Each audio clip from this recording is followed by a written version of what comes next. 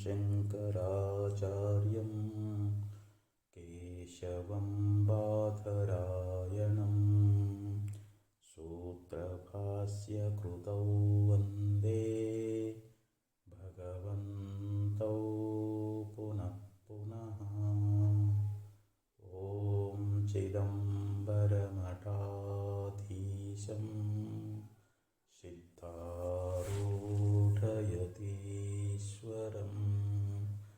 शिष्यप्रशिष्यरूपेण बोधकं गुरुमाश्रये। यदङ्घ्रिकमलद्वन्द्वं तापत्रयनिवारणं शान्तैक्यपदं देवं सिद्धारूढमहं भजे। सिद्धारूढमहं भजे। ಅದ್ವೈತ ಸಾರ್ವಭೌಮ ಚಕ್ರವರ್ತಿ ಜಗದ್ಗುರು ಸಿದ್ಧಾರೂಢ ಮಹಾಸ್ವಾಮಿಗಳವರ, ಜಗದ್ಗುರು ಶಿವರಾಮ ಅವಧೂತರ, ಜಗದ್ಗುರು ಭಾರತೀ ಅಪ್ಪಾಜಿಯವರ ಪವಿತ್ರ ಚರಣಾರವಿಂದಗಳಲ್ಲಿ ಅನಂತಕೋಟಿ ಶಿರಸಾಷ್ಟಾಂಗ ಪ್ರಣಾಮವನ್ನು ಸಲ್ಲಿಸುತ್ತೇನೆ. ಶ್ರೀಮತ್ ಶಂಕರ ಭಗವತ್ಪಾದಾಚಾರ್ಯರು ಭಜಗೋವಿಂದಂ ಸ್ತೋತ್ರದಲ್ಲಿ ಬಹು ಸುಂದರವಾಗಿರ್ತಕ್ಕಂಥ ಉಪದೇಶವನ್ನು ಮಾಡ್ತಾ ಇದ್ದಾರೆ.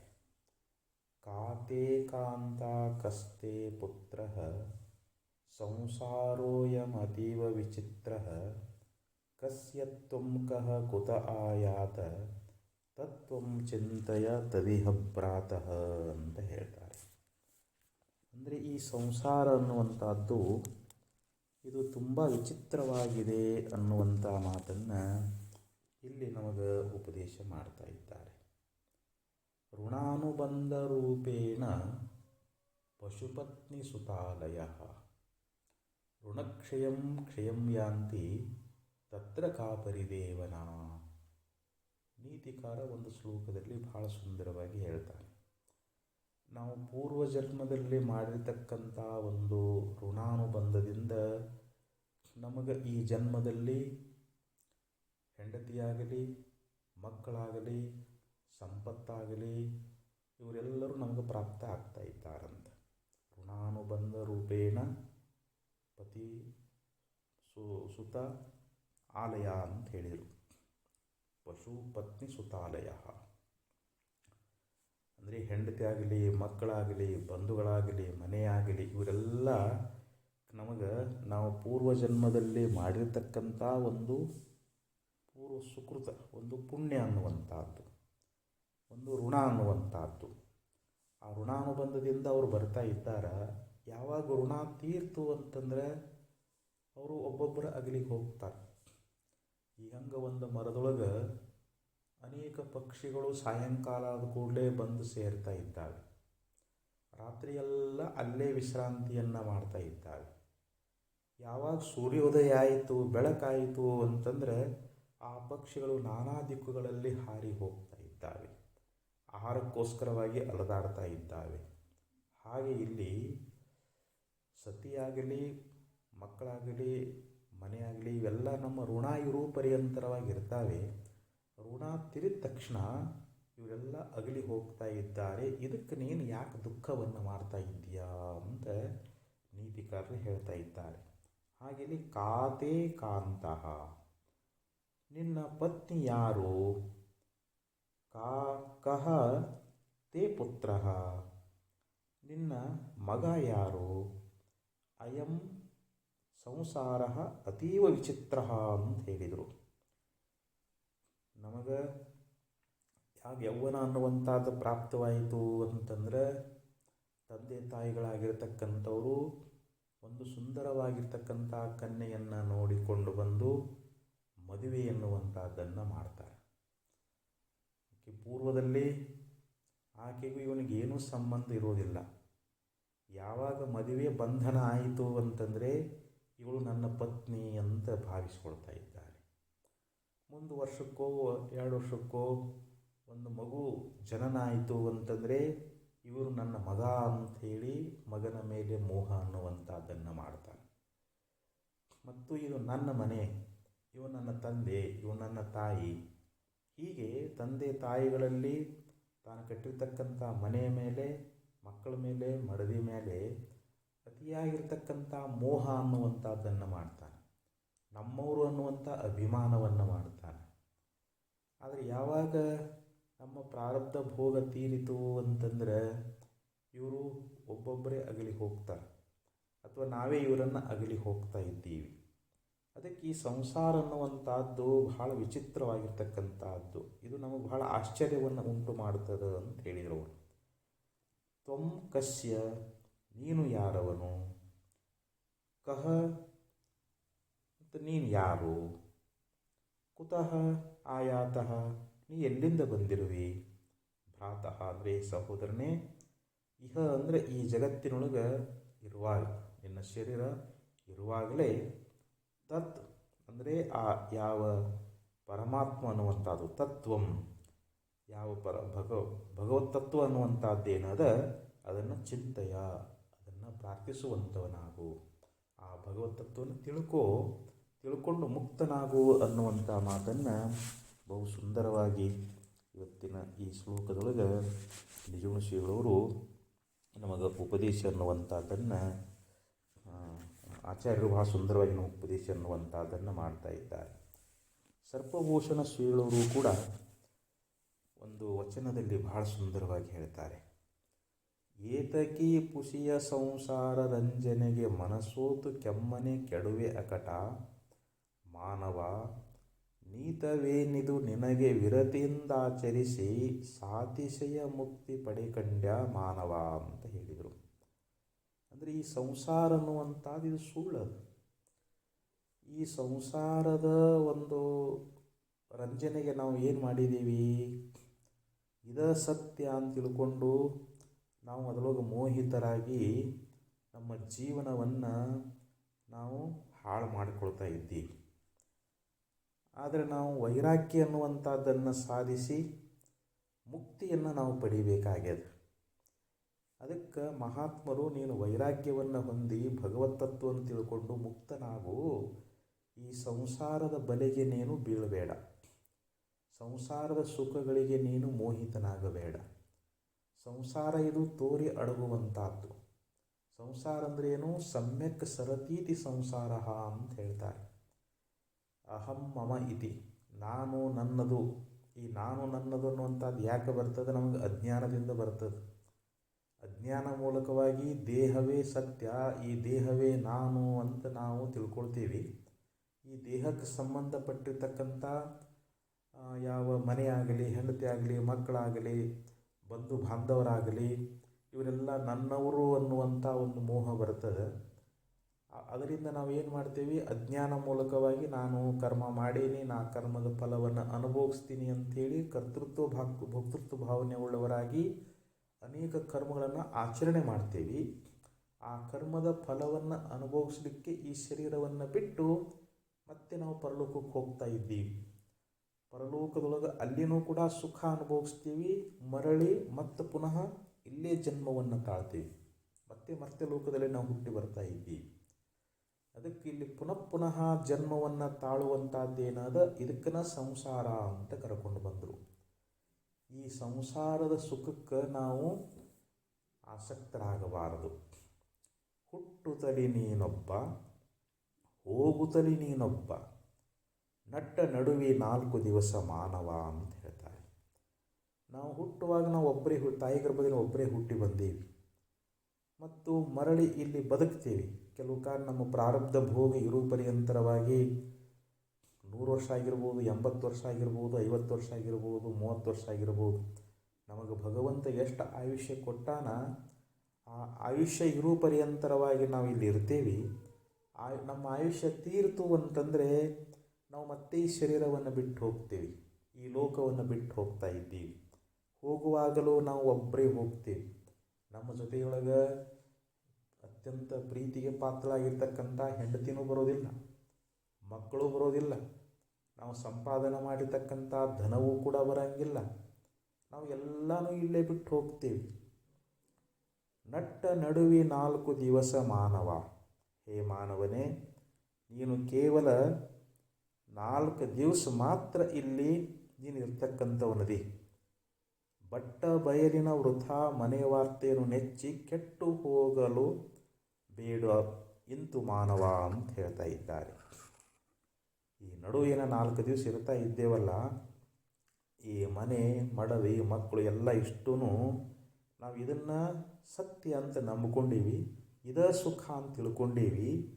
ಭಗವತ್ ತತ್ವವನ್ನು ಮರ್ತೀವಿ, ಪರಮಾತ್ಮನನ್ನು ನಾವು ತಿಳ್ಕೊಳ್ಳಿಲ್ಲ, ಆತ್ಮದರ್ಶನ ಮಾಡಿಕೊಳ್ಳಿಲ್ಲ. ಗುರುಗಳಿಂದ ಯಥಾರ್ಥ ಜ್ಞಾನವನ್ನು ಮಾಡ್ಕೊಂಡು ನಾವು ಮುಕ್ತರಾಗಬೇಕಾಗಿತ್ತು. ಅದನ್ನು ಬಿಟ್ಟು ಈ ಸಂಸಾರವನ್ನೇ ಸತ್ಯ ಅಂತ ನಂಬಿಕೊಂಡು ನಾವು ಕೆಟ್ಟು ಹೋಗ್ತಾ ಇದ್ದೀವಿ. ಅದಕ್ಕೆ ಮಹಾತ್ಮರು ನಮಗೆ ಉಪದೇಶ ಮಾಡ್ತಾರೆ. ತೊಟ್ಟ ತನುವಿದೆ ನಿನ್ನ ನಗಲದೇನೆ, ಕಡಿಮೆದೆಷ್ಟಾರ್ಜಿಸಿದರೇನು ಕಡೆಗೆ ಮಾನವ. ಅಂದರೆ ನಾವು ಧಾರಣ ಮಾಡಿಕೊಂಡು ಬಂದಿರತಕ್ಕಂಥ ಈ ಶರೀರವೇ ನಮ್ಮನ್ನು ಅಗಲಿ ಹೋಗ್ತದೆ ಅಂತಂದ ಬಳಿಕ ಇನ್ನು ನಾವು ಎಷ್ಟು ಕಷ್ಟಪಟ್ಟು ದುಡಿದು ಎಷ್ಟು ಗಳಿಸಿದ್ರೆ ಅದೇ ನಮ್ಮ ಜೊತೆಯಲ್ಲಿ ಬರ್ತದೇನೋ. ನಾವು ಬೇಕಾದಷ್ಟು ಲಕ್ಷಗಟ್ಟಲೆ ಕೋಟಿಗಟ್ಟಲೆ ಹಣ ಗಳಿಸಬಹುದು, ಅಥವಾ ಬೆಳ್ಳಿ ಬಂಗಾರ ಮುತ್ತು ರತ್ನ ಎಷ್ಟೇ ಸಂಪತ್ತನ್ನು ನಾವು ಗಳಿಸೇವಂದ್ರೂ ಕೂಡ ಅದು ಕಡೆಗೆ ನಮ್ಮನ್ನು ಕೈ ಬಿಟ್ಟು ಹೋಗ್ತದೆ. ನಾವು ಇದಕ್ಕೆಲ್ಲ ಇಲ್ಲೇ ಬಿಟ್ಟು ಹೋಗ್ತಾ ಇದ್ದೀವಿ. ಅದಕ್ಕಂತಂದ್ರೆ ಅವರು ಬಿಟ್ಟೈದ ಬೇಕಿದನು ತಿಳಿಯು ಆಸೆಯ ಬೇರ ಸುಟ್ಟು ನಿಶ್ರೇಯಸ ಗಳಿಸು ಮಾನವ ಅಂತ ಹೇಳ್ತಾ ಇದ್ದಾರೆ. ಇದೆಲ್ಲವನ್ನು ನೀನು ಬಿಟ್ಟು ಹೋಗಬೇಕಾಗ್ತದೆ. ಅದಕ್ಕೆ ನಿನ್ನಲ್ಲಿರ್ತಕ್ಕಂಥ ಒಂದು ಆಸೆಯ ಬೇರನ್ನು ಸುಟ್ಟು ಬಿಡು ಅಂತ ಹೇಳಿದರು ಅವರು. ಆ ವಿಷಯಗಳಿರ್ತಕ್ಕಂಥ ಒಂದು ಮೋಹ, ಒಂದು ಆಸೆ, ಒಂದು ಆಸಕ್ತಿ ಎನ್ನುವಂಥದ್ದೇನಾದ ಅದನ್ನು ನೀನು ಸುಟ್ಟು ನಿಶ್ರೇಯಸ ಗಳಿಸು. ನಿಶ್ರೇಯಸ ಅಂದರೆ ಯಾವುದಿಲ್ಲಿ? ಜ್ಞಾನವನ್ನು ನಾವು ಸಂಪಾದನೆ ಮಾಡಬೇಕಾಗಿದೆ, ಭಗವತ್ ಪ್ರಾಪ್ತಿಯನ್ನು ನಾವು ಮಾಡಿಕೊಳ್ಬೇಕಾಗ್ಯದ. ಆ ಭಗವತ್ ಪ್ರಾಪ್ತಿಯನ್ನು ಮಾಡಿಕೊಂಡು ನಾವು ಮುಕ್ತರಾಗಬೇಕಾಗ್ಯದ. ನೋಡಿ, ತಂದೆ ತಾಯಿಗಳ ದಾರಗ್ರಜನು ದಾರುರೊಂದಿಗೈದು ಓರ್ವರುಂಟೆ ಮಾನವ, ಹಿಂದೆ ಭವಭವದೊಳಿನಿತರನು ನೀನಗಲಿ ಬಂದಿರ್ಪೆ, ಇದ ತಿಳಿದು ನೋಡು ಮಾನವ. ಇಂದೋ ನಾಳೆಯೋ ಪೋಪ ತನುವನು ಆಚಂದ್ರರ್ಕವೆಂದೆನಿಸಿ ಮೈ ಮರೆಯಬೇಡ ಮಾನವ, ಮುಂದೆ ಭವವಿಲ್ಲವೆನಿಪ ಸತ್ಸಂಗವನ್ನು ಬೇಗ ಹೊಂದಿ ಮುಕ್ತಿಯ ಪಡೆದು ಸುಖಿಸು ಮಾನವ ಅನ್ನುವಂಥ ಮಾತನ್ನು ಹೇಳ್ತಾರೆ. ಇಲ್ಲಿ ತಂದೆಗಳಾಗಲಿ, ತಾಯಿಗಳಾಗಲಿ, ಪತ್ನಿಯಾಗಲಿ, ಸಹೋದರನಾಗಲಿ, ಮತ್ತು ಆಮೇಲೆ ತನ್ನ ಮಗ ಆಗಲಿ, ಇವರೆಲ್ಲರೂ ನಮ್ಮ ಪೂರ್ವ ಕರ್ಮಾನುಸಾರವಾಗಿ ನಮಗೆ ಬರ್ತಾ ಇದ್ದಾರೆ. ಆದರೆ ಇವರನ್ನು ಬಿಟ್ಟು ಹೋಗೋ ಸಮಯದಲ್ಲಿ, ನಾವು ಶರೀರವನ್ನು ಬಿಟ್ಟು ಹೋಗುವಂಥ ಸಮಯದೊಳಗೆ ಇವ್ರು ಯಾರಾದರೂ ಒಬ್ಬರಾದರೂ ನಮ್ಮ ಜೊತೆಯಲ್ಲಿ ಇರ್ತಾರೇನು ಅಂತಂದರೆ ಇಲ್ಲ. ಹಿಂದೆ ಎಷ್ಟೋ ಭವಭವದೊಳಗೆ ಇವರೆನ್ನೆಲ್ಲ ನಾವು ಅಗಲಿ ಬಂದೇವಿ. ಹಿಂದೂ ಕೂಡ ನಮಗೆ ತಾಯಿ ತಂದೆ ಬಂಧು ಬಳಗ ಏನೆಲ್ಲ ಇದ್ದರು, ಅವರು ಅಲ್ಲೇ ನಾವು ಅವರನ್ನು ಅಗಲಿ ಬಂದಿದ್ದೀವಿ. ಇದನ್ನು ಸ್ವಲ್ಪ ನೀನು ವಿಚಾರ ಮಾಡಿ ನೋಡು ಅಂತ ಹೇಳ್ತಾ ಇದ್ದಾರೆ. ಇವತ್ತೋ ನಾಳೆಯೋ ಹೋಗುವಂಥ ಈ ಶರೀರ ಅನ್ನುವಂಥದ್ದು ಇದು ಸೂರ್ಯಚಂದ್ರಾರ್ಕವಾಗಿ ಇರ್ತದೆ ಅಂತ ತಿಳ್ಕೊಂಡು ನಾವು ಈ ಸಂಸಾರದೊಳಗೆ ನಾವು ಮೋಹಿತರಾಗಿ ಬಿಟ್ಟಿದ್ದೀವಿ. ಅದಕ್ಕೆ ನೀನು ಮೈ ಮರಿಬೇಡ ಅಂತ ಹೇಳ್ತಾ ಇದ್ದಾರೆ. ನೀನು ಈ ವಿಷಯಗಳ ಸುಖಗಳಲ್ಲಿಯೇ ವ್ಯಾಮೋಹಿತನಾಗಿ ಈ ಭೋಗಗಳೇ ಸತ್ಯ ಅಂತ ತಿಳ್ಕೊಂಡು ಇದರೊಳಗೆ ಮೋಹಿತನಾಗಿ ನೀನು ಕೆಟ್ಟು ಹೋಗಬೇಡ. ಆದಷ್ಟು ಬೇಗ ನೀನು ಸತ್ಸಂಗವನ್ನು ಮಾಡು. ಸತ್ಸಂಗ ಮಾಡಿದಿ ಅಂತಂದರೆ ನಿನ್ನ ಅಜ್ಞಾನ ಕೆಟ್ಟು ಹೋಗ್ತದೆ, ನಿನಗೆ ಜನ್ಮ ಮರಣಗಳು ನಿವೃತ್ತಿ ಆಗ್ತಾ ಇದ್ದಾವೆ. ಅದಕ್ಕೆ ನಾವು ಅಂಥ ಶ್ರೇಷ್ಠವಾಗಿರ್ತಕ್ಕಂಥ ಮುಕ್ತಿಯನ್ನು ಪಡೆದು ನೀನು ಸುಖಿಸು ಅನ್ನುವಂಥ ಮಾತನ್ನು ಬಹು ಸುಂದರವಾಗಿ ಸರ್ಪಭೂಷಣ ಶ್ರೀಗಳವರು ನಮಗೆ ಉಪದೇಶ ಅನ್ನುವಂಥದ್ದನ್ನು ಮಾಡಿಕೊಂಡು ಬಂದಿದ್ದಾರೆ. ಅದಕ್ಕೆ ಇಲ್ಲಿ ಯಾವ ಆಚಾರ್ಯರು ಹೇಳಿದಂತೆ ಕಾತೇಕಾಂತ ಕಸ್ತೆ ಪುತ್ರ, ನಿನ್ನ ಯಾವ ಹೆಂಡತಿ ಯಾರು, ನಿನ್ನ ಮಗ ಯಾರು ಅಂತ ಕೇಳಿದರವರು. ಪೂರ್ವಕಾಲದೊಳಗೆ ಸೂರಸೇನ ಅನ್ನುವಂಥದ್ದು ಒಂದು ರಾಜ್ಯ. ಅಲ್ಲಿ ಚಿತ್ರಕೇತು ಅನ್ನುವಂಥ ಒಬ್ಬ ಮಹಾರಾಜನಿದ್ದ. ಆತನಿಗೆ ಒಳ್ಳೆ ಪ್ರತಾಪಿ ರಾಜ, ಭಾಳ ಶೂರ ಧೀರ. ಅವನಿಗೆ ಅವನಿಗೆ ಸಾಕಷ್ಟು ವಿಸ್ತಾರವಾದ ಸಾಮ್ರಾಜ್ಯ ಇತ್ತು. ಎಲ್ಲ ರಾಜ್ಯ ಭೋಗಗಳನ್ನು ಅವನು ಹೊಂದಿದ್ದ. ಸಾಕಷ್ಟು ಸಂಪತ್ತಿತ್ತು, ಏನೆಲ್ಲ ಇತ್ತು. ಆದರೆ ಅವನಿಗೆ ಸಂತಾನ ಆಗಿದ್ದಿಲ್ಲ. ರಾಜಾನೂ ಬಹುವಲ್ಲಭ ಅಂತ ಹೇಳ್ತಾರೆ. ಮಹಾರಾಜರಿಗೆ ಎಷ್ಟೋ ಜನ ರಾಣಿಯರು ಇರ್ತಾ ಇದ್ದಾರೆ. ಅನೇಕ ಜನ ರಾಣಿಯರಿದ್ರೂ ಕೂಡ ಅವನಿಗೆ ಸಂತಾನ ಪ್ರಾಪ್ತಿಯಾಗಿದ್ದಿಲ್ಲ. ವಯಸ್ಸು ಗತಿಸಿ ಹೋಯಿತು. ನನಗೆ ಭಗವಂತ ಒಬ್ಬ ಪುತ್ರನನ್ನು ಕೊಡಲಿಲ್ಲ ಅಂತ ಭಾಳ ಚಿಂತೆಯೊಳಗಿದ್ದ, ಭಾಳ ದುಃಖ ಮಾಡ್ತಾ ಇದ್ದ. ಮಹರ್ಷಿಗಳಾಗಿರ್ತಕ್ಕಂಥ ಅಂಗೀರರು ಅವನ ರಾಜಭವನಕ್ಕೆ ಬರ್ತಾ ಇದ್ದಾರೆ. ರಾಜ ಬಹಳ ಚಿಂತಿತನಾಗಿರುವುದನ್ನು ನೋಡ್ತಾ ಇದ್ದಾರೆ.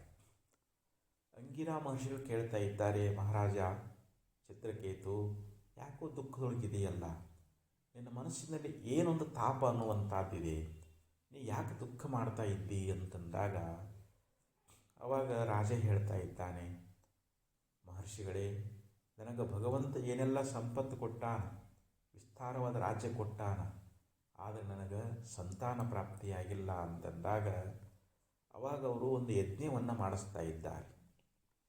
ಪುತ್ರಕಾಮೇಷ್ಟಿ ಯಾಗವನ್ನು ಮಾಡಿಸಿದರು. ಆ ಯಜ್ಞದ ಹವಿಷಾನ್ನವನ್ನು ಅವನ ಹಿರಿಯ ಮಹಾರಾಣಿಯಾಗಿರತಕ್ಕಂಥ ಕೃತದ್ಯುತಿಗೆ ಕೊಡ್ತಾ ಇದ್ದಾರೆ. ಇದನ್ನು ನೀನು ಸೇವನಾ ಮಾಡು, ನಿನಗೆ ಒಬ್ಬ ಒಳ್ಳೆ ಮಗ ಹುಟ್ಟುತ್ತಾ ಇದ್ದಾನೆ. ಆದರೆ ನಿಮಗೆ ಹುಟ್ಟಿರ್ತಕ್ಕಂಥ ಮಗ ನಿಮಗೆ ಸಂತೋಷವನ್ನು ಕೊಡ್ತಾನ, ದುಃಖವನ್ನು ಕೊಡ್ತಾನ ಅಂತ ಹೀಗೆ ಹೇಳಿಬಿಟ್ಟು ಅವರು ಅಲ್ಲಿಂದ ನಿರ್ಗಮನ ಮಾಡಿದರು. ಮಹಾರಾಜನಿಗೆ ಭಾಳ ಖುಷಿಯಾಯಿತು. ಮದುವೆಯಾಗಿ ಎಷ್ಟೋ ವರ್ಷಗಳಾಗಿತ್ತು, ಆಗಲೇ ವೃದ್ಧಾಪ್ಯ ಕಾಲಿಡ್ತಾ ಇತ್ತು. ಅಂಥ ಸಮಯದೊಳಗೆ ಮಹರ್ಷಿಗಳು ನಮಗೆ ಪುತ್ರ ಸಂತಾನ ಆಗ್ತದಂತ ಆಶೀರ್ವಾದ ಮಾಡಿದ್ರಲ್ಲ ಅಂಥೇಳಿ ಭಾಳ ಸಂತೋಷ ಆಯಿತು. ಕೆಲವು ದಿವಸಗಳ ನಂತರದಲ್ಲಿ ಕೃತದ್ಯುತಿ ಗರ್ಭಧಾರಣೆ ಮಾಡಿದ್ದು.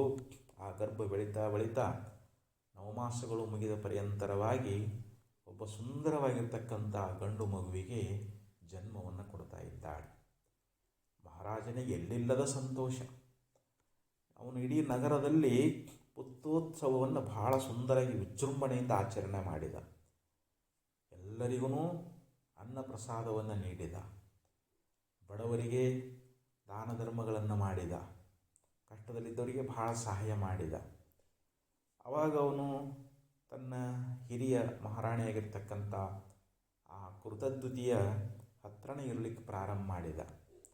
ಆ ಮಗನನ್ನು ಕಂಡು ಬಹಳ ಹರ್ಷಪಟ್ಟ, ಭಾಳ ಅವನಿಗೆ ಖುಷಿಯಾಯಿತು.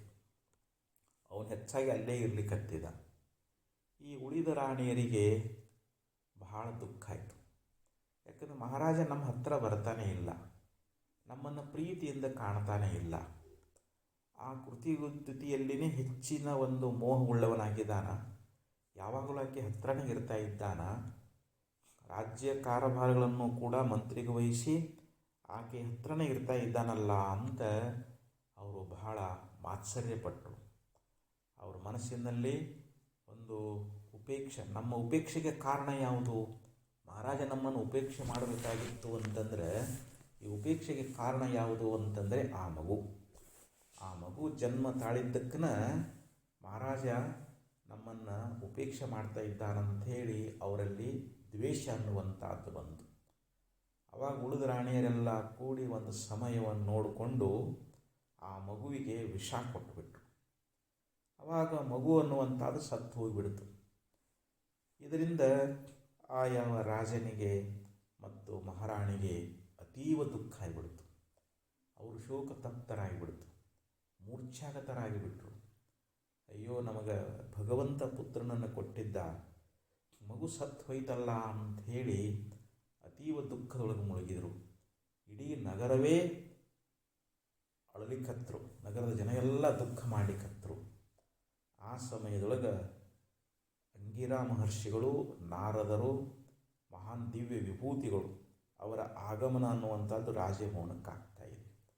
ಅವರು ಬಂದರೆ ಇವರು ದುಃಖ ತಪ್ತರಾಗಿ ಏನೂ ತಿಳಿಲಾರ್ದಂಗೆ ದಿಗ್ಮೂಢರಾಗಿ ಕುಳಿತಿದ್ದರು. ಆ ಸಮಯದೊಳಗೆ ಅಂಗಿರ ಮಹರ್ಷಿಗಳು ಹೇಳ್ತಾ ಇದ್ದಾರೆ, ನೋಡಪ್ಪ, ನೋಡಪ್ಪ, ನಾನು ಪೂರ್ವ ಕಾಲದೊಳಗೆ ನಿಮಗೆ ನೀವು ಭಗವದ್ ಭಕ್ತರಾದ್ದರಿಂದ ಆ ಭಗವಂತನ ದರ್ಶನವನ್ನು ನಿಮಗೆ ಮಾಡಿಸ್ಬೇಕು ಅಂಥೇಳಿ ಬಂದಿದ್ದೆ. ಆಗ ನಿಮಗೆ ಪುತ್ರೇಚ್ಛೆ ಅನ್ನುವಂಥದ್ದು ಇತ್ತು. ಮಗನನ್ನು ಪಡಿಬೇಕನ್ನುವಂಥ ಹಂಬಲದೊಳಗೆ ನಾನು ಉಪದೇಶ ಮಾಡುವಂಥ ಭಗವತ್ ತತ್ವವನ್ನು ಕೇಳೋದ್ರಲ್ಲಿ ನಿಮಗೆ ಆಸಕ್ತಿ ಇರಲಿಲ್ಲ. ಈಗ ನಿಮಗೆ ಹುಟ್ಟಿರ್ತಕ್ಕಂಥ ಮಗ ನಿಮಗೆ ಸಂತೋಷವನ್ನು ಕೊಟ್ಟ, ದುಃಖವನ್ನು ಕೊಟ್ಟ. ಆ ಪುತ್ರನಿಂದ ಆಗತಕ್ಕಂಥ ದುಃಖಾನುಭವವನ್ನು ನೀವೆಲ್ಲ ಈಗ ಅನುಭೋಗ ಮಾಡಿದ್ದೀರಿ. ನೋಡಪ್ಪ, ಇದು ಸಂಸಾರ ಇಷ್ಟೇ.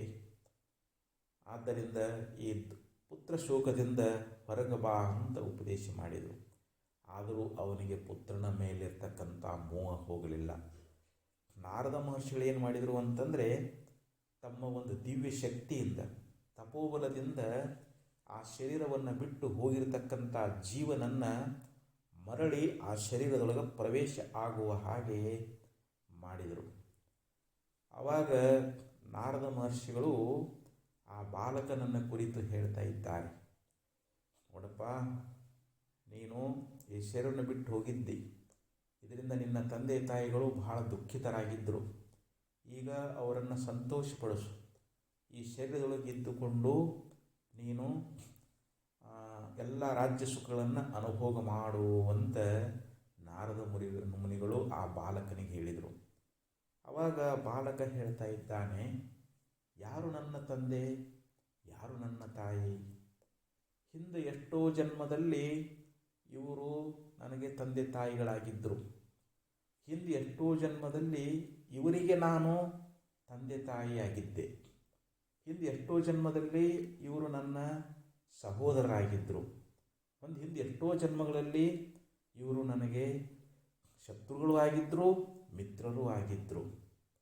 ಅದಕ್ಕೆ ಯಾರಿಗೇನು ಸಂಬಂಧ? ಈ ಶರೀರಕ್ಕಿದ್ದಾಗ ಮಾತ್ರ ಸಂಬಂಧ ಇರ್ತದೆ ಹೊರತು ಜೀವ ಈ ಶರೀರವನ್ನು ಬಿಟ್ಟು ಹೋದ ಅಂತಂದರೆ ಅಲ್ಲಿ ಸಂಬಂಧ ಅನ್ನುವಂಥದ್ದು ತಪ್ಪಿ ಹೋಗಿಬಿಡ್ತದೆ.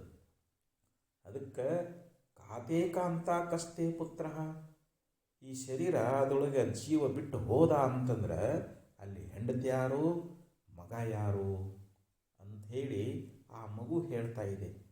ಆ ಮಗು ಹೇಳಿದಾಗ ಎಲ್ಲರೂ ಕೇಳಿಸ್ಕೊಂಡ್ರು. ಅಲ್ಲಿರ್ತಕ್ಕಂಥ ಮಹಾರಾಣಿ, ಮಹಾರಾಜ ಎಲ್ಲ ಆ ಮಗುವಿನ ವಿಚಿತ್ರವಾಗಿರ್ತಕ್ಕಂಥ ಮಾತುಗಳನ್ನು ಕೇಳಿ ಅವರಿಗೆ ಬಹಳ ಆಶ್ಚರ್ಯ ಆಯಿತು, ವಿವೇಕ ಉದಯ ಆಯಿತು. ಆವಾಗ ಆ ಮಗು ಇಷ್ಟು ಹೇಳಿಬಿಟ್ಟು ಆ ಶರೀರವನ್ನು ಬಿಟ್ಟು ಹೋಗಿಬಿಡ್ತು. ಅಂದರೆ ನಮ್ಮ ಋಣ ಇರೋ ತನಕ ನಮಗೆ ಹೆಂಡತಿ, ಮಕ್ಕಳು, ಬಂಧುಗಳು ಎಲ್ಲ ಇರ್ತಾರೆ. ನಮ್ಮ ಋಣ ತೀರಿತು ಅಂತಂದ್ರೆ ಎಲ್ಲರೂ ನಮ್ಮನ್ನು ಕೈ ಬಿಟ್ಟು ಹೋಗುವವರೇ. ನಾವು ಯಾರೂ ನಮ್ಮ ಜೊತೆಯೊಳಗೆ ಶಾಶ್ವತವಾಗಿರುವಂಥವರಲ್ಲ. ಅದಕ್ಕೆ ಈ ರೀತಿ ಸಂಸಾರ ಅನ್ನುವಂಥದ್ದು ಇದು ಬಹಳ ವಿಚಿತ್ರವಾಗಿರತಕ್ಕಂಥದ್ದು ಅಂತ ಹೇಳ್ತಾರೆ. ಗರುಡ ಪುರಾಣದಲ್ಲಿ ಒಂದು ಶ್ಲೋಕದೊಳಗೆ ಹೇಳ್ತಾರೆ, ಮಾತೃ ಪಿತೃ ಸುತ ಭ್ರಾತೃ ಬಂಧು ದಾರಾದಿ ಸಂಗಮ ಪ್ರಪಾಯಾಮಿವ ಜಂತೂನಾಂ ನದ್ಯಾಂ ಕಾಷ್ಟೌಗ ವಚ್ಚಲ ಅಂತ ಹೇಳಿದರು. ಮಾತೃ ಪಿತೃ ಸುತ ಭ್ರಾತೃ ಅಂದರೆ ತಾಯಿಯಾಗಲಿ, ತಂದೆಯಾಗಲಿ, ಮಗ ಆಗಲಿ, ಸಹೋದರನಾಗಲಿ, ಅಥವಾ ದಾರಾದಿ ಸಂಗಮ, ಇಲ್ಲಿ ನೆಂಟರಾಗಲಿ, ಇವರೆಲ್ಲ ಹೆಂಡತಿ ಆಗಲಿ, ಇವರ ಒಂದು ಸೇರ್ತಾರೆ. ಎಲ್ಲರೂ ನಾವೆಲ್ಲ ಸೇರ್ತಾರೆ. ನಮಗೆ ತಾಯಿ, ತಂದೆ, ಮಗ, ಸಹೋದರ, ಹೆಂಡತಿ, ಬಂಧುಗಳು ಇವರೆಲ್ಲ ಏನು ಸೇರ್ತಾ ಇದ್ದಾರಲ್ಲ, ಇದು ಯಾವುದು ಶಾಶ್ವತ ಅಲ್ಲ ಅಂತ ಹೇಳ್ತಾ ಇದ್ದಾರೆ. ಪ್ರಪಾಯಾಮಿವ ಜಂತೂನಾಂ ನದ್ಯಾಂ ಕಾಷ್ಟೌಗ ವಚ್ಚಲ ಅಂತ ಹೇಳಿದರು. ಈಗ ಅರವಟ್ಟಿಗೆಗೆ ನೀರು ಕುಡಿಲಿಕ್ಕೆ ಜನ ಬರ್ತಾ ಇದ್ದಾರ. ಅವರು ಒಂದು ದಿವಸ ಅದು ನೀರು ಕುಡಿದವರು ಹೋಗಿಬಿಡ್ತಾ ಇದ್ದಾರೆ. ಅಥವಾ ನದಿಯೊಳಗೆ ಯಾವ ಮರದ ತುಂಡುಗಳು ತೇಲಿ ಬರ್ತಿರ್ತಾವೆ, ಎರಡೂ ಕೂಡ್ಕೊಂಡು ಬರ್ತಿರ್ತಾವೆ. ಮುಂದೆ ಒಂದು ಸ್ವಲ್ಪ ಹೋದ ಮೇಲೆ ಅವು ಮತ್ತೆ ಅಗಲಿ ಬಿಡ್ತಾ ಇದ್ದಾವೆ. ಅರವಟ್ಟಿಗೆಯಲ್ಲಿ ನೀರು ಕುಡಲಿಕ್ಕೆ ಬಂದಿರತಕ್ಕಂಥ ಜನರಂತೆ ಅಥವಾ ನದಿಯಲ್ಲಿ ತೇಲ್ತಾ ಬರುವಂಥ ಒಂದು ಮರದ ತುಂಡುಗಳಂತೆ ಇವರೆಲ್ಲ ಅಶಾಶ್ವತ ಅಂತ, ಇವರೆಲ್ಲ ಕ್ಷಣಿಕ. ಇವರು ಬರ್ತಾರೆ, ನಮ್ಮನ್ನು ಕೈ ಬಿಟ್ಟು ಹೋಗ್ತಾ ಇದ್ದಾರ. ಆದರೆ ನಾವೇನು ಇವರೆಲ್ಲರೂ ಶಾಶ್ವತವಾಗಿರ್ತಾರೆ, ನಾನು ಇವ್ರ ಜೊತೆಯಲ್ಲಿ ಶಾಶ್ವತವಾಗಿ ಇರ್ತೀನಿ ಅಂತ ತಿಳ್ಕೊಂಡಿದ್ದೀವಿ. ಆದರೆ ಯಾರು ಯಾವಾಗ ನಮ್ಮನ್ನು ಅಗಲಿ ಹೋಗ್ತಾರ ಅಂತ ಹೇಳಲಿಕ್ಕೆ ಆಗೋದಿಲ್ಲ. ಅದಕ್ಕೆ ಮಹಾಭಾರತದಲ್ಲಿಯೂ ಕೂಡ ಇದೇ ಥರ ಒಂದು ಶ್ಲೋಕವನ್ನು ಹೇಳ್ತಾ ಇದ್ದಾರೆ. ಮಾತಾ ಪಿತೃ ಸಹಸ್ರಾಣಿ ಪುತ್ರದಾರಶತಾನಿ ಚ ಸಂಸಾರೇಷ್ವನುಭೂತಾನಿ ಕಶ್ಯತೆ ಕಶ್ಯವಾ ವಯಂ. ನೋಡ್ರಿ, ನಾವು ಸಾವಿರಾರು ತಂದೆ ತಾಯಿಗಳು ನಮಗೆ ಪೂರ್ವದಲ್ಲಿ ನಮಗೆ ಒಬ್ಬರಲ್ಲ ಎರಡಲ್ಲ ಸಾವಿರಾರು ಜನ ತಂದೆ ತಾಯಿಗಳು ಗತಿಸಿ ಹೋಗಿದ್ದಾರೆ. ಪುತ್ರದಾರ ಶತಾನಿ ಚ, ಹಾಗೆ ನೂರಾರು ಜನ ಹೆಂಡತಿಯರಾಗಲಿ ಮಕ್ಕಳಾಗಲಿ ಈ ಸಂಸಾರದೊಳಗೆ ಆಗಿ ಹೋಗಿದ್ದಾರೆ. ಸಂಸಾರೇಶ್ವನುಭೂತಾನಿ ಅಂತ, ಈ ಸಂಸಾರದೊಳಗೆ ಸಾವಿರಾರು ಜನ ತಂದೆ ತಾಯಿಗಳನ್ನು, ನೂರಾರು ಜನ ಹೆಂಡರು ಮಕ್ಕಳನ್ನು ಈ ಸಂಸಾರದೊಳಗೆ ನಾವೆಲ್ಲ ಅನುಭವ ಮಾಡಿದ್ದೀವಿ. ಇವರೆಲ್ಲ ಆಗಿ ಹೋಗಿಬಿಟ್ಟಿದ್ದಾರೆ. ಹೀಗಿರುವ ಕಶ್ಯತೆ ಕಶ್ಯವಾವಯಂ, ಮತ್ತು ಅವರು ಯಾರ ಸಂಬಂಧಿಗಳು, ನಾವು ಯಾರ ಸಂಬಂಧಿಗಳು. ನೋಡಿ, ಮಹಾಭಾರತದೊಳಗೆ ಭಾಳ ಸುಂದರವಾಗಿರ್ತಕ್ಕಂಥ ವಿಚಾರವನ್ನು, ಇದೇ ಮಾತನ್ನು ನಮಗೆ ಉಪದೇಶ ಅನ್ನುವಂಥದ್ದನ್ನು ಮಾಡ್ತಾ ಇದ್ದಾರೆ. ಅದಕ್ಕೆ ಈ ಸಂಸಾರ ಅನ್ನುವಂಥದ್ದಿದು ಕ್ಷಣಿಕದ. ಅದಕ್ಕೆ ಗೀತೆಯಲ್ಲಿ ಪರಮಾತ್ಮನೂ ಕೂಡ ಏನು ಹೇಳ್ಕೊಂಡು ಬಂದ ಅಂತಂದರೆ, ಈ ಶರೀರ ಅನ್ನುವಂಥದ್ದು, ಇದು ಪ್ರಪಂಚ ಅನ್ನುವಂಥದ್ದು ಇದು ಮಿಥ್ಯಾ, ಇದು ಸುಳ್ಳು ಅಂತ. ಅನಿತ್ಯಂ ಅಸುಖಂ ಲೋಕಂ ಇಮಂ ಪ್ರಾಪ್ಯ ಭಜಸ್ವ ಮಾಂ ಅನ್ನುವಂಥ ಶ್ಲೋಕದೊಳಗೆ ಹೇಳ್ತಾರೆ. ಅನಿತ್ಯಂ ಅಸುಖಂ ಲೋಕಂ ಅಂದರೆ ಈ ಶರೀರ ಆಗಲಿ ಈ ಪ್ರಪಂಚ ಆಗಲಿ ಇದು ಅನಿತ್ಯದ, ಇದು ದುಃಖದ. ಅದಕ್ಕೆ ನನ್ನನ್ನು ಹೊಂದಿ ನೀ ಸುಖಿಯಾಗು ಅಂತ ಹೇಳಿದ. ಈ ನಶ್ವರವಾಗಿರ್ತಕ್ಕಂಥ ಸಂಸಾರವನ್ನು ನೀ ನಂಬಲಿಕ್ಕೆ ಹೋಗಬೇಡ. ಇದು ಗಾಳಿಗಿಟ್ಟ ದೀಪದಂತೆ, ಇದು ಯಾವಾಗ ಆರಿ ಹೋಗ್ತದ ಅಂತ ಹೇಳಲಿಕ್ಕಾಗೋದಿಲ್ಲ. ಅದಕ್ಕೆ ಇಲ್ಲಿ ಶರಣರು ಕೂಡ ತಮ್ಮ ವಚನಗಳಲ್ಲಿ ಇದರ ಬಗ್ಗೆ ಹೇಳ್ಕೊಂಡು ಬಂದಾರ. ಸಂಸಾರವೆಂಬುವುದು ಗಾಳಿಯ ಸುಡರು, ಸಿರಿ ಎಂಬುದು ಸಂತೆಯ ಮಂದಿ ಕಂಡಣ್ಣ, ಇದನ್ನೆಚ್ಚಿ ಕೆಡಬೇಡ ಅಂತ ಹೇಳ್ತಾರೆ. ಈ ಸಂಸಾರ ಅನ್ನುವಂಥದ್ದು ಗಾಳಿಯಲ್ಲಿಟ್ಟಿರ್ತಕ್ಕಂಥ ದೀಪಂತ, ಅದು ಯಾವಾಗ ಗಾಳಿಗೆ ಆರಿ ಹೋಗ್ತದೆ ಹೇಳೋಕ್ಕಾಗೋದಿಲ್ಲ. ಅದಕ್ಕೆ ಈ ಸಿರಿ ಎಂಬುದು ಸಂಸಾರದ ಮಂದಿ ಕಂಡಯ್ಯ. ಈ ನಮಗೆ ಬಂದಿರತಕ್ಕಂಥ ಈ ಸಂಪತ್ತು ಅನ್ನುವಂಥದ್ದು, ಈ ಸಂತಿಯೊಳಗೆ ಮಂದಿ ಕೂಡಿರ್ತಾರ, ಅವ್ರು ಎಷ್ಟೊತ್ತಿರ್ತಾರ, ಆ ಸಂತಿ ತೀರಿದ ಬಳಿಕ ಎಲ್ಲರೂ ತಮ್ಮ ತಮ್ಮ ಮನೆಗಳಿಗೆ ಹೋಗಿಬಿಡ್ತಾರೆ. ಹಂಗೆ ಈ ನಾವು ಗಳಿಸಿರ್ತಕ್ಕಂಥ ಸಂಪತ್ತಾಗಲಿ, ಎಲ್ಲ ಬಂಧು ಬಾಂಧವರಾಗಲಿ, ಇವರೆಲ್ಲ ಸ್ವಲ್ಪ ಕಾಲ ಇರ್ತಾವೆ, ಎಲ್ಲ ಇವು ನಮ್ಮನ್ನು ಕೈ ಬಿಟ್ಟು ಹೋಗ್ತವೆ ಅಂತ ಅಭಿಪ್ರಾಯ. ಅದಕ್ಕೆ ನಾವು ನಮ್ಮವರು ಅಂತ ನಾವು ಎಂತ ಇದ್ದೇವಲ್ಲ, ಇವರು ನಮ್ಮ ಶರೀರದೊಳಗೆ ನಮ್ಮ ಪ್ರಾಣ ಇರೋ ತನಕ ಅಷ್ಟ. ನಮ್ಮ ಜೀವಾತ್ಮ ಯಾವಾಗ ಈ ಶರೀರವನ್ನು ಬಿಟ್ಟು ಹೋದ ಅಂತಂದರೆ, ಯಾರು ನಿನ್ನ ಹೆಂಡತಿ, ಯಾರು ನಿನ್ನ ಮಗ, ಯಾರು ಈ ನಿನ್ನ ಮನೆ ಅನ್ನುವಂಥ ಒಂದು ವಿಚಾರ ಅನ್ನುವಂಥದ್ದನ್ನು ಬಹು ಸುಂದರವಾಗಿ ನಮಗೆ ಮಹಾತ್ಮರು ಉಪದೇಶ ಅನ್ನುವಂಥದ್ದನ್ನು ಮಾಡಿಕೊಂಡು ಬರ್ತಾ ಇದ್ದಾರೆ. ಅದಕ್ಕೆ ಶರಣರು ಕೂಡ ಇಲ್ಲಿ ನಮಗೆ ಇನ್ನೊಂದು ವಿಚಾರ ಏನು ಹೇಳ್ತಾರೆ ಅಂತಂದರೆ, ತತ್ವಂ ಕಸ್ಯತ್ವಂ ಕಹ ಕುತ ಆಯಾತಃ. ನೀನು ಯಾರು, ಮೊದಲ ನೀನು ಯಾರವನು ಅನ್ನುವಂಥದ್ದನ್ನು ಸ್ವಲ್ಪ ವಿಚಾರ ಮಾಡು ಅಂತ ಹೇಳ್ತಾ ಇದ್ದ. ಯಾಕಂದರೆ ತಂದೆ ತಾಯಿಗಳು ನಿನಗೆ ಜನ್ಮವನ್ನು ಕೊಟ್ಟಾರ, ಆ ತಂದೆ ತಾಯಿಗಳು ನಿನ್ನ ಸಂಬಂಧಿಗಳೇನು ಅಂತ ವಿಚಾರ ಮಾಡಿದರೆ ನೋಡ್ರಿ, ಅವರು ಕೂಡ ಅಲ್ಲ. ಯಾಕಂದರೆ ಪೂರ್ವದಲ್ಲಿ ಹೇಳಿದಂತೆ ಯಾಕಂದರೆ ಈ ಶರೀರವೇ ನೀನಲ್ಲ. ಅದಕ್ಕೆ ನಾನು ಯಾರು ಅನ್ನುವಂಥದ್ದನ್ನು ಸ್ವಲ್ಪ ವಿಚಾರ ಮಾಡು. ನಾನು ಯಾರದೀನಿ ಅನ್ನುವಂಥ ನಿನ್ನ ವಿಚಾರ ಅನ್ನುವಂಥದ್ದನ್ನು ಮಾಡು ಅಂತ ಹೇಳ್ತಾ ಇದ್ದಾರೆ ಅವರು. ನಾನೆಲ್ಲಿಂದ ಬಂದೆ, ನನಗೆ ಈ ದೇಹ ಬಂದ ಪರಿಯಾಗುವುದು, ಇನ್ನು ಮುಂದೆ ಐದುವ ಗತಿಯಾಗುವುದು ಎಂಬ ನಿತ್ಯಾನಿತ್ಯ ವಿಚಾರ ಹುಟ್ಟದವರಿಗೆ ಎಂದೆಂದಿಗೂ ಬಳಲಿಕೆ ಬಿಡದು. ನಿಜಗುರು ಸ್ವತಂತ್ರ ಸಿದ್ಧಲಿಂಗೇಶ್ವರ ನೀವು ಭರಿಸಿದ ಭವಾಂತರದಲ್ಲಿ ಬರುತಿಹರಾಗಿ ನಾನು ಕಂಡು ಮರುಗುತ್ತಿದ್ದೆನು ಅಂಥೇಳಿ ಒಬ್ಬ ಶರಣರು ಒಂದು ವಚನದಲ್ಲಿ ಹೇಳ್ತಾ ಇದ್ದಾರೆ. ನಾನು ಎಲ್ಲಿಂದ ಬಂದೆ ಅಂದರೆ, ನಾವು ಎಲ್ಲಿಂದ ಬಂದೇವಿ ಅಂತಂದರೆ ನಾವೇನಂತೀವಿ, ತಾಯಿ ಗರ್ಭದಿಂದ ಬಂದೇವಿ ಅಂತ ಹೇಳ್ತೀವಿ. ತಾಯಿ ಗರ್ಭಕ್ಕಿಂತ ಪೂರ್ವದಲ್ಲಿ ನೀವು ಎಲ್ಲಿದ್ರಿ ಅಂತಂದರೆ ನಾವು ಧಾನ್ಯದಲ್ಲಿದ್ದೀವಿ. ಆ ಧಾನ್ಯಗಳು ಎಲ್ಲಿಂದ ಬಂದು? ಭೂಮಿಯಿಂದ ಬಂದು.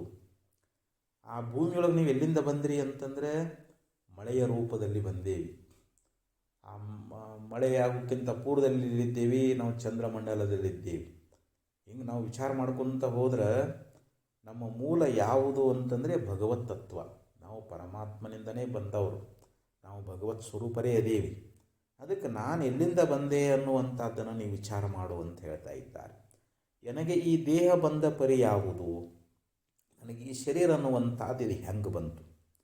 ಈ ಶರೀರದೊಳಗೆ ನಾನು ಯಾಕೆ ಬಂದಿದ್ದೀನಿ? ಮತ್ತು ಇನ್ನು ಮುಂದೆ ಐದುವ ಗತಿ ಯಾವುದು? ಈ ಶರೀರ ಬಿಟ್ಟ ನಂತರದಲ್ಲಿ ಮುಂದೆ ನಾನು ಎಲ್ಲಿಗೆ ಹೋಗ್ತಾ ಇದ್ದೀನಿ? ನನ್ನ ಗಮ್ಯಸ್ಥಾನ ಯಾವುದು? ಇದರ ಬಗ್ಗೆ ಸ್ವಲ್ಪ ವಿಚಾರ ಮಾಡಂತಾರೆ. ಶರಣರು ಕೂಡ ಇದೇ ವಿಚಾರವನ್ನು ಹೇಳ್ತಾ ಇದ್ದಾರೆ. ಕಸ್ತುಂ ಕೋಹಂ ಕುತ ಆಯಾತ. ನಾನು ಯಾರು? ನೀನು ಯಾರು? ನಾನು ಎಲ್ಲಿಂದ ಬಂದೆ? ನಾನು ಮುಂದೆ ಎಲ್ಲಿಗೆ ಹೋಗ್ತಾ ಇದ್ದೇನೆ? ನನ್ನ ತಾಯಿ ಯಾರು? ತಂದೆ ಯಾರು? ಇದರ ಬಗ್ಗೆ ನೀನು ವಿಚಾರ ಅನ್ನುವಂಥದ್ದನ್ನು ಮಾಡುವವನಾಗು ಅಂತ ಇಲ್ಲಿ ಯಾವ ಆಚಾರ್ಯ ತಿಳಿಸಿದಂತೆ ಇಲ್ಲಿ ಶರಣರು ಕೂಡ ಅದೇ ವಿಚಾರವನ್ನು ಹೇಳಿದರು. ಎಂಬ ನಿತ್ಯಾನಿತ್ಯ ವಿಚಾರ ಹುಟ್ಟದವರಿಗೆ ಎಂದೆಂದಿಗೂ ಬಳಲಿಕೆ ಬಿಡದು ಅಂತ ಹೇಳ್ತಾರೆ. ಇಂಥ ನಿತ್ಯಾನಿತ್ಯ ವಿಚಾರ ಅನ್ನುವಂಥದ್ದು ನಮಗೆ ಎಲ್ಲಿವರೆಗೆ ಹುಟ್ಟಿಲ್ಲ, ಅಂಥ ವಿವೇಕವನ್ನು ನಾವು ಪಡ್ಕೊಂಡಿಲ್ಲ, ನಮಗೆ ಈ ಹುಟ್ಟು ಸಾವಿನ ಒಂದು ಬಳಲಿಕೆ ಅನ್ನುವಂಥದ್ದು ಇದು ನಮಗೆ ತಪ್ಪಲಾರದು ಅಂತ ಹೇಳ್ತಾರೆ. ಅದಕ್ಕೆ ಇಲ್ಲಿ ಭಗವಂತನನ್ನು ನಾವು ಹೊಂದಬೇಕು, ಅವನ ಜ್ಞಾನವನ್ನು ಮಾಡಿಕೊಂಡು ನಾವು ಮುಕ್ತರಾಗಬೇಕಾಗ್ಯದ. ಅದಕ್ಕೆ ಪರಮಾತ್ಮ ನಮಗೆ ಯಾವ ಜನ್ಮಗಳನ್ನು ಕೊಡ್ತಾ ಇದ್ದಾನೋ ಆ ಜನ್ಮದಲ್ಲಿ ನಾವು ಸುಖ ದುಃಖಗಳನ್ನು ಅನುಭವ ಮಾಡ್ತಾ ಇದ್ದೀವಿ. ಅದಕ್ಕೆ ಶರಣರು ಹೇಳಿದರು, ಹೇ ಪರಮಾತ್ಮ, ನೀನ ನನಗೆ ಈ ಮನುಷ್ಯ ಜನ್ಮವನ್ನು ಕೊಟ್ಟಿದ್ದಿ. ಈ ಸಂಸಾರದೊಳಗೆ ನಾನು ಅನಂತ ರೀತಿಯಾಗಿರ್ತಕ್ಕಂಥ ದುಃಖವನ್ನು ಅನುಭವ ಮಾಡಲಿಕ್ಕತ್ತಿದ್ದೀನಿ. ಅದಕ್ಕೆ ಇದನ್ನು ಕಂಡು ನನಗೆ ಬಹಳ ಮರುಕುಂಟಾಗ್ಯದ ಅನ್ನುವಂಥ ಮಾತನ್ನು ಶರಣರು ಹೇಳಿಕೊಂಡು ಬರ್ತಾ ಇದ್ದಾರೆ. ಅದಕ್ಕೆ ನಾವು ಇಲ್ಲಿ ನಾನು ಯಾರು, ನನ್ನ ನಿಜವಾದ ಸ್ವರೂಪ ಏನು ಅನ್ನೋದ್ರ ಬಗ್ಗೆ ನಾವು ಆ ತತ್ವವನ್ನು ತಿಳ್ಕೊಳ್ಬೇಕಾಗ್ಯದ. ನಾವು ಭಗವಂತನಿಗೆ ಶರಣ ಹೋಗಬೇಕಾಗ್ಯದ. ಆ ಪರಮಾತ್ಮನ ಕುರಿತು ಭಜಿಸಬೇಕಾಗ್ಯದ. ಅವನ ಕೃಪೆಯನ್ನು ಹೊಂದಿ ನಾವು ತತ್ವಜ್ಞಾನ ಮಾಡಿಕೊಂಡು ಮುಕ್ತರಾಗಬೇಕಾಗ್ಯದ. ಅದಕ್ಕೆ ಈ ಯಾವ ಒಂದು ನಮ್ಮ ಬಂಧು ಬಳಗ ಇವರ ಕರೆ ತಿಳ್ಕೊಂಡೇವಲ್ಲ, ಅದಕ್ಕೆ ಹೇಳ್ತಾರೆ ಅವರು, ನೆರೆದ ಸಂತೆಯ ಪರಿಯು ಸಿರಿ ಪುಣ್ಯ ತೀರಿದರೆ ಹರಿದು ಹೋಗುವುದು ಸುತ್ತ ಬಯಲು ಬಯಲೆ ಸ್ಥಿರ ಮೋಕ್ಷವನ್ನು ಪಡೆಯದಿಹ ಭೋಗ ಕಾಸಿಪುದು ನೆರೆ ತುಪ್ಪದಾಶೆಗೆ ಎಂಜಲು ತಿಂದ ಪರಿಯು ಅಂತ ಹೇಳ್ತಾರೆ. ನೋಡು, ಇಲ್ಲಿ ಒಂದು ಸಂತೆಯೊಳಗೆಲ್ಲರೂ ಕೂಡಿರ್ತಾರೆ. ಯಾವಾಗ ಸಂತೆ ತೀರ್ತು ಅಂತಂದರೆ ಯಾವ ರೀತಿಯಾಗಿ ಅವ್ರು ಹೊರಟು ಹೋಗ್ತಾರೋ ಹಂಗೆ ನಮ್ಮ ಪುಣ್ಯ ಇರೂ ಪರ್ಯಂತರವಾಗಿ ನಾವು ಇಲ್ಲಿ ಸಂಸಾರದೊಳಗೆ ಸುಖಿಗಳಾಗ್ತೀವಿ, ಸಂಪತ್ತನ್ನು ಪಡೀತಾ ಇದ್ದೀವಿ. ಅದಕ್ಕೆ ನಾವು ಒಂದು ಸ್ಥಿರವಾಗಿರತಕ್ಕಂಥ ಮೋಕ್ಷವನ್ನು ಪಡಿಬೇಕಾಗಿತ್ತು ಅಂತಂದರೆ ಈ ಲೋಕದೊಳಗೆ ಇರ್ತಕ್ಕಂಥ ಭೋಗಗಳ ಒಂದು ಆಸೆ ಎನ್ನುವಂಥದ್ದನ್ನು ಮಾಡಬಾರದು ಅಂತ ಹೇಳಿದರು. ಒಂದು ವೇಳೆ ಅದಕ್ಕೆ ಆಶೆ ಮಾಡಿದರೆ ಹೆಂಗೆ ಆಗ್ತದೆ ಅಂತಂದರೆ ನೆರೆತುಪ್ಪದ ಆಸೆಗೆ ಎಂಜಲು ತಿಂದ ಪರಿಯೋ ಅಂತ ಹೇಳಿದರು. ತುಪ್ಪವನ್ನು ತಿನ್ನಬೇಕಂತೇಳಿ ಆಸೆಪಟ್ಟು ನಾವು ಎಂಜಲ ತಿಂದಂಗೆ ಆಗ್ತದೆ ಅನ್ನುವಂಥ ಮಾತನ್ನು ಹೇಳ್ತಾರೆ. ಅದಕ್ಕಲ್ಲಿ ಬರಿಯ ಭ್ರಮೆಯೊಳು ಬಿದ್ದು ಕೆಡವೇಡವೆಲೆ ಮನುಜ ಪರವಸ್ತುವನ್ನೇ ಮರೆತು ಲೌಕಿಕವ ನಂಬಿ ಅಂತ ಹೇಳಿದರು. ನೀನು ಭ್ರಮೆಯೊಳಗೆ ಬಿದ್ದು ಯಾಕೆ ನೀನು ಕೆಟ್ಟು ಹೋಗ್ತಾ ಇದ್ದೀಯಾ? ಎಲೆ ಮರುಳೆ, ನೋಡಿ ಮಾನವನ ಕುರಿತು ಹೇಳ್ತಾ ಇದ್ದಾರೆ. ಎಲೆ ಮರುಳು ಮಾನವನೇ, ಆ ಪರವಸ್ತುವನ್ನು ಮರೆತು ನೀನು ಬರೇ ಈ ಸಂಸಾರ ಭ್ರಮೆಯೊಳಗಿನ ಈ ಲೌಕಿಕವನ್ನು ನಂಬಿ ಕೆಟ್ಟು ಹೋಗಬೇಡ. ನೀನು ಉದಿಪುದಕ್ಕೆ ಮೊದಲು ನೀನದಾರಿವರಾರು, ನೀನಿರುವ ಪರ್ಯಂತರ ಅಗಲದಿಹರೆ, ನೀನು ಪುನರಪಿ ಜನಿಸಲಿವರು ನಿನಗಾಗುವರೆ, ಶ್ವಾನನ ಕನಸಿನಂತೆ ಸಂಸಾರ ಸುಖ ಅಂತ ಹೇಳ್ತಾರೆ. ಅಂದರೆ ನೀನು ಹುಟ್ಟುವುದಕ್ಕಿಂತ ಮೊದಲು ಇವರು ಇದ್ರೇನು, ನೀನಾರು ಇವ್ರು ಯಾರು? ನಾವು ಹುಟ್ಟೋದಕ್ಕಿಂತ ಮೊದಲು ತಂದೆ ತಾಯಿ ಹೆಂಡತಿ ಅವರೆಲ್ಲ ಮೊದಲಿದ್ರೇನು ಅಂತಂದರೆ ಇಲ್ಲ. ನೀನಿರುವ ಪರ್ಯಂತರೂ ಅಗಲದಿಹರೆ. ನೀ ಎಲ್ಲಿ ತನಕ ಬದುಕಿರ್ತೀಯೋ ಅಲ್ಲಿವರೆಗೆ ನಿನ್ನ ತಂದೆಯಾಗಲಿ, ನಿನ್ನ ತಾಯಿ ಆಗಲಿ, ನಿನ್ನ ತಾತ ಅಜ್ಜ ಆಗಲಿ, ಅಥವಾ ನಿನ್ನ ಬಂಧು ಬಾಂಧವರಾಗಲಿ, ನಿನ್ನ ಮಡದಿ ಮಕ್ಕಳಾಗಲಿ, ಸಂಪತ್ತಾಗಲಿ, ಇದು ಹೆಂಗೆ ಇರ್ತದೇನೋ ಅಂತ ಕೇಳ್ತಾರೆ. ಇದು ಯಾವುದೂ ಸ್ಥಿರವಾಗಿ ಇರತಕ್ಕಂಥದ್ದಲ್ಲ. ಇವರು ನಿನ್ನನ್ನು ಅಗಲಿ ಹೋಗ್ತಾ ಇದ್ದಾರೆ. ನೀನು ಪುನರಪಿ ಜನಿಸಲು ಇವರು ನಿನಗಾಗುವರೆ. ನೀ ಪುನಃ ಹುಟ್ಟಿ ಬಂದಿ ಅಂತಂದ್ರೆ ಇವರೇ ನಿನಗೆ ತಂದೆ ತಾಯಿಗಳಾಗ್ತಾರೇನೋ, ಇವಳೇ ನಿನ್ನ ಮಡದಿ ಆಗ್ತಾಳಾನು ಅಂತಂದ್ರೆ ಇಲ್ಲ. ಯಾಕಂದರೆ ಇವ್ರು ಯಾರೋ ನೀನು ಯಾರೋ, ನೀ ಎಲ್ಲಿ ಹುಟ್ತೀಯೋ ಏನೋ, ನಿನಗೆ ಎಲ್ಲಿ ಜನ್ಮ ಬರ್ತೈತೋ ಏನೋ, ಅಂತೂ ನಿನ್ನ ಆಯುಷ್ಯ ಇರೋ ಪರ್ಯಂತರವಾಗಿ ಮಾತ್ರ ಇವರು ನಿನ್ನ ತಂದೆ ತಾಯಿಗಳಾಗಲಿ, ನಿನ್ನ ಹೆಂಡತಿ ಆಗಲಿ, ಮಕ್ಕಳಾಗಲಿ, ಈ ಶರೀರ ಸಂಬಂಧ ಇರೋ ತನಕ ಮಾತ್ರ ನಿನ್ನವರೇ ಹೊರತು ಈ ಶರೀರ ಬಿಟ್ಟು ಬಳಿಕ ಇವರಾರು ನೀನಾರು ಅಂಥೇಳಿ ನಿನ್ನ ಸಂಸಾರ ಅನ್ನುವಂಥದ್ದು ಹೆಂಗದ ಶ್ವಾನನ ಕನಸಿನಂತೆ ಸಂಸಾರ ಸುಖ ಅಂತ. ನಾಯಿಗೊಂದು ಕನಸು ಬಿದ್ದಿರ್ತದೆ. ಆ ಕನಸಿನೊಳಗೆ ಏನೋ ನಾಯಿ ಒಂದು ಕ್ಷಣಕಾಲದ ಸುಖ ಪಡೀತದೆ. ಹಂಗೆ ನಮ್ಮ ಸಂಸಾರ ಸುಖವು ಕೂಡ ಆ ನಾಯಿಯ ಕನಸಿನಂತೆ ಅದ ಅಂಥೇಳಿ ಬಹು ಸುಂದರವಾಗಿ ಸರ್ಪಭೂಷಣ ಶ್ರೀಗಳು ಕೂಡ ನಮಗೆ ಉಪದೇಶ ಮಾಡ್ತಾ ಇದ್ದಾರೆ. ಒಮ್ಮೆ ನಾರದರು ಸಂಚಾರ ಮಾಡ್ಕೊತ ಬಂದರು. ಅಲ್ಲಿ ವಾಲಿಕೊಳ ರತ್ನಾಕರ ಅರಣ್ಯದಲ್ಲಿ ಜನರ ಅಲ್ಲಿ ದರೋಡೆ ಮಾಡ್ತಿದ್ದ. ಯಾರಾದರೂ ರಸ್ತೆಯಲ್ಲಿ ಬಂದರು ಅಂತಂದರೆ ಅವರನ್ನು ತಡೀತಾ ಇದ್ದ. ಅವರಲ್ಲಿರ್ತಕ್ಕಂಥ ಸಂಪತ್ತನ್ನು ಕಿತ್ತುಕೊಳ್ತಿದ್ದ. ಅವರು ಕೊಳ್ಳಿಲ್ಲ ಅಂದ್ರೆ ಅವ್ರನ್ನ ಕೊಲೆ ಮಾಡ್ತಿದ್ದ. ಈಗ ಅನಂತ ಪಾಪಗಳನ್ನು ಮಾಡಿದ್ದ. ಯಾವಾಗ ನಾರದರ ಆಗಮನ ಆಯಿತು, ಅವರನ್ನು ತಡೆದ. ರತ್ನಾಕರ ತಡೀತಾ ಇದ್ದ. ನಿನ್ನಲ್ಲಿರ್ತಕ್ಕಂಥ ಸಂಪತ್ತು ನನಗೆ ಕೊಡು, ಇಲ್ಲ ಅಂದರೆ ನಾನು ನಿನ್ನನ್ನು ದಂಡನ ಮಾಡಬೇಕಾಗ್ತದೆ, ನೀನು ಪ್ರಾಣವನ್ನು ಕಳ್ಕೊಳ್ಬೇಕಾಗ್ತದೆ, ನಾನು ನಿನ್ನನ್ನು ಕೊಂದು ಹಾಕ್ತೀನಿ ಅಂತಂದ. ಅವಾಗ ನಾರದರಂತಾರ, ಯಾಕಪ್ಪ ಇಂಥ ಪಾಪದ ಕೆಲಸ ಮಾಡ್ತಿ? ಇದರಿಂದ ನಿನಗೆ ಘೋರ ನರಕವನ್ನು ಅನುಭವಿಸ್ಬೇಕಾಗ್ತದೆ. ಯಾಕಿಂತ ಪಾಪ ಕೆಲಸ ಮಾಡ್ತಿ ಅಂತಂದರು. ಇಲ್ಲ, ಮತ್ತು ನನ್ನ ಹೆಂಡತಿ ಮಕ್ಕಳನ್ನು ಸಲುಬೇಕಲ್ಲ, ನನ್ನ ಪ್ರಾಣ ರಕ್ಷಣೆ ಆಗಬೇಕಲ್ಲ, ಅದಕ್ಕಾಗಿ ನಾನು ಈ ಕೆಲಸವನ್ನು ಮಾಡ್ತಾ ಇದ್ದೀನಿ ಅಂತಂದರು. ನೋಡು, ನೀನು ಮಾಡಿರ್ತಕ್ಕಂಥ ಈ ಒಂದು ಪಾಪ ಕಾರ್ಯಗಳಿಂದ ನೀನಾಗಲಿ, ನಿನ್ನ ಹೆಂಡತಿ ಮಕ್ಕಳಾಗಲಿ ನಿಮ್ಮ ಉದರ ಪೋಷಣೆ ಆಗ್ತದೆ. ಆದರೆ ಈ ಪಾಪದಿಂದ ಬರ್ತಕ್ಕಂಥ ಒಂದು ಘೋರ ನರಕ ಅನ್ನುವಂಥದ್ದೇನದಲ್ಲ, ಅದನ್ನು ನೀನೊಬ್ಬನೇ ಅನುಭವಿಸ್ಬೇಕಾಗ್ತದೆ ಅಂತಂದರು. ಅವಾಗಂತ ಇಲ್ಲ, ನಾನು ಮಾಡಿದಂಥ ಈ ಪಾಪಕ್ಕೆ ನನ್ನ ಹೆಂಡತಿ ಆಗಲಿ, ಮಕ್ಕಳಾಗಲಿ, ತಂದೆ ತಾಯಿ ಅದಾರಲ್ಲ, ಅವರು ಕೂಡ ಅವರು ಪಾಲ್ದಾರದಾರ, ಅವರು ಕೂಡ ಅನುಭವಿಸ್ತಾರೆ ಅಂತಂದಾಗ ಹೋಗಿ ಬೇಕಾದ್ರೆ ಕೇಳ್ಕೊಂಡು ಬಾ ಅಂತಂದ. ನಾರದರು ಮುನಿಗಳು ಹೇಳಿದರು, ಅವನು ಹೋಗಿ ಕೇಳು, ಅವ್ರನ್ನ ವಿಚಾರ ಮಾಡು, ನೀವು ಮಾಡಿದ ಪಾಪದೊಳಗೆ ಅವರು ಏನಾದರೂ ಪಾಲ್ದಾರದಾರೇನು ಅಂತ ಕೇಳ್ಕೊಂಡು ಬಾ ಅಂತಂದಾಗ, ಓಹೋ, ನಾರದ ತಪ್ಪಿಸ್ಕೊಳ್ಳಿಕ್ಕೆ ಇದೊಂದು ಯುಕ್ತಿ ಹೂಡ್ಯಾರ ಅಂತ ತಿಳ್ಕೊಂಡ. ನೀವು ಏನಾದರೂ ನಾ ಕಡೆ ಹೋದ ತಪ್ಪಿಸ್ಕೊಂಡು ಹೋಗ್ತೀರಂತಂದ. ಇಲ್ಲ, ಬೇಕಾದ್ರೆ ನಾನು ಇಲ್ಲೇ ಒಂದು ಮರಕ್ಕೆ ಕಟ್ಟಿ ಹೋಗು ಅಂತ ನಾರದ ಮುನಿಗಳು ಅಂದರು. ಅವಾಗ ಒಂದು ಮರಕ್ಕೆ ಅವರನ್ನು ಕಟ್ತಾ ಇದ್ದಾನೆ. ಹೋಗಿ ತಂದೆಯನ್ನು ಕೇಳಿದ. ತಾಯಿಯನ್ನಕ್ಕೆ ತಂದೆ ತಾಯಿ ಇಬ್ಬರನ್ನೂ ಕೇಳ್ತಾ ಇದ್ದಾನೆ, ಯಪ್ಪ, ನಾ ಇಷ್ಟೆಲ್ಲ ಪಾಪ ಮಾಡಿ ಮಂದಿಯಲ್ಲಿರ್ತಕ್ಕಂಥ ದ್ರವ್ಯವನ್ನು ಅಪಹರಣ ಮಾಡಿ ನಿಮ್ಮನ್ನು ನಾನು ಸಲುತ್ತಾ ಇದ್ದೀನಿ. ನಾನು ಮಾಡಿದಂಥ ಪಾಪವನ್ನು ನೀವು ಯಾರಾದರೂ ಸ್ವೀಕಾರ ಮಾಡ್ತೀರೇನೋ ಅಂತಂದಾಗ ಅವಾಗ ಅವರಂತ ಇದ್ದಾರ, ನೋಡಪ್ಪ, ನೀನು ಪಾಪಾರ ಮಾಡು, ಪುಣ್ಯಾರ ಮಾಡು, ಅದು ನಿನಗ ಸಂಬಂಧ. ನೀ ಮಾಡಿದ ಪಾಪ ಪುಣ್ಯ ನಮಗೇನು ಸಂಬಂಧ ಇಲ್ಲ, ಅದರೊಳಗೆ ನಾವೇನು ಪಾಲ್ದಾರ ಅಲ್ಲ ಅಂತ ತಂದೆ ತಾಯಿಗಳು ಹೇಳಿದರು. ಮುಂದೆ ಹೆಂಡತಿ ಹತ್ರ ಬಂದ. ಹೆಂಡತಿಯನ್ನು ಕೇಳ್ತಾ ಇದ್ದಾನೆ, ನಾ ಇಷ್ಟೆಲ್ಲ ದರೋಡೆ ಮಾಡಿ ಮಂದಿಯಲ್ಲಿರ್ತಕ್ಕಂಥ ಹಣವನ್ನು ಅಪಹರಣ ಮಾಡಿ ಅವ್ರನ್ನ ಕೊಂದು ಇಷ್ಟೆಲ್ಲ ಗಳಿಸಿ ನಿಮ್ಮನ್ನು ಸಲುತ್ತಾ ಇದ್ದೀನಲ್ಲ, ಮತ್ತು ನಾನು ಮಾಡಿದಂಥ ಪಾಪದೊಳಗೆ ನೀನು ಏನಾದರೂ ಇದರೊಳಗೆ ತೊಗೊಳ್ತೀನೋ, ಇದರೊಳಗೆ ಪಾಲ್ದಾರ ಅದೇನು ಅಂತಂದ. ಹೆಂಡತಿನೂ ಹೇಳಿದ್ದು, ನೋಡಿ, ನನ್ನನ್ನು ನೀವು ಕಟ್ಕೊಂಡಿರಂದ ಬಳಕ, ಲಗ್ನ ಆಗಿರಂದ ಬಳಕ ನನ್ನ ರಕ್ಷಣೆ ಮಾಡೋದು ನಿಮ್ಮ ಕರ್ತವ್ಯ. ನೀವು ಪಾಪಾರ ಮಾಡಿ, ಪುಣ್ಯಾರ ಮಾಡಿರಿ, ನೀವು ಮಾಡಿರ್ತಕ್ಕಂಥ ಪುಣ್ಯ ಪಾಪದ ನಿಮಗೆ ಸಂಬಂಧ ಹೊರತು ನನಗೇನು ಸಂಬಂಧ ಇಲ್ಲ. ಅದರೊಳಗೆ ನಾನು ಕೂಡ ಪಾಲ್ದಾರ ಅಲ್ಲ. ನಾ ಮಾಡಿದ ಪುಣ್ಯ ನಾ ಮಾಡಿದ ಪಾಪ ನನಗೆ ಸಂಬಂಧ, ನೀವು ಮಾಡಿದ್ದು ನಿಮಗೆ ಸಂಬಂಧ ಅಂಥೇಳಿ ಆಕೆನೂ ಹೀಗೆ ನೋಡೋದು ಬಿಟ್ಟಳು. ಮಕ್ಕಳು ಇದೇ ಪ್ರಕಾರ ಹೇಳಿದಾಗ ಅವಾಗ ಅವನಿಗೆ ವಿವೇಕದಾಯಿತು. ಅಯ್ಯೋ, ನಾನು ಎಷ್ಟು ಪಾಪಗಳನ್ನು ಮಾಡಿಬಿಟ್ನಲ್ಲ, ನನ್ನ ಜೀವನ ಪರ್ಯಂತರ ಇವರೆಲ್ಲ ನಮ್ಮವರು ಅಂತ ತಿಳ್ಕೊಂಡು ನಾ ಇಷ್ಟೆಲ್ಲ ಪಾಪಗಳನ್ನು ಮಾಡಿ ಇವರನ್ನು ಸಂರಕ್ಷಣೆ ಮಾಡಿದೆ.